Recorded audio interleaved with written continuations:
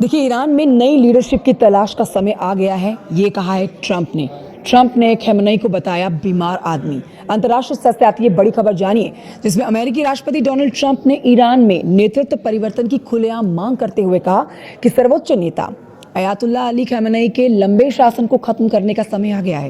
ये पहली बार है जब ट्रंप ने सीधे खamenei शासन के अंत का जिक्र अपने बयान में किया है। अमेरिकी राष्ट्रपति डोनाल्ड ट्रंप ने इंटरव्यू में कहा, ईरान में नई लीडरशिप को ढूंढने का वक्त आ गया है।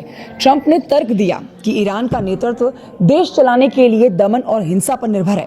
उन्होंने खamenei पर देश को पूरी तरह से नष्ट करने और अभूतपूर्व स्तर की हिंसा का इस्तेमाल करने का आरोप लगाया।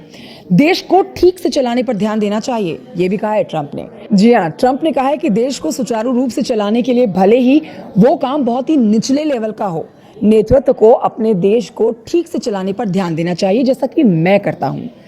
अमेरिका के साथ मैं ऐसा ही करता हूं, ना कि सत्ता पर नियंत्रण बनाए रखने के लिए हजारों लोगों को मारने पर। उन्होंने आगे कहा कि नेतृत्व सम्मान के बारे में है, ना कि भय और मृत्यु के बारे में।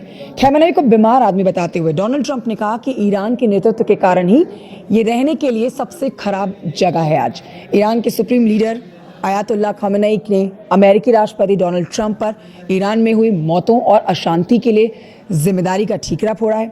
अमेरिकी राष्ट्रपति ने राजद्रोहियों को मैसेज भेजा कि उनका समर्थन करेंगे और सैन्य मदद देंगे, ये खamenei ने कहा है।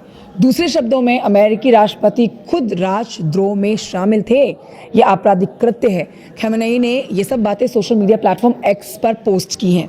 अपने पोस्ट में वो कहते हैं कि ईरानी राष्ट्र पर हुए हमलों, नुकसान और मानहानि के लिए हम अमेरिकी राष्ट्रपति डोनाल्ड ट्रंप को दोषी पाते हैं।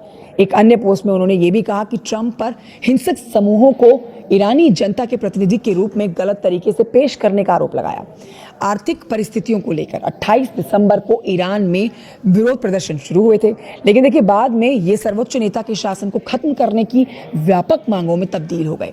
आप जान लीजिए कि ईरानी अधिकारियों ने इन प्रदर्शनों को दंगे करार दिया और कहा कि इन्हें विदेशी दुश्मनों ने उकसाया था।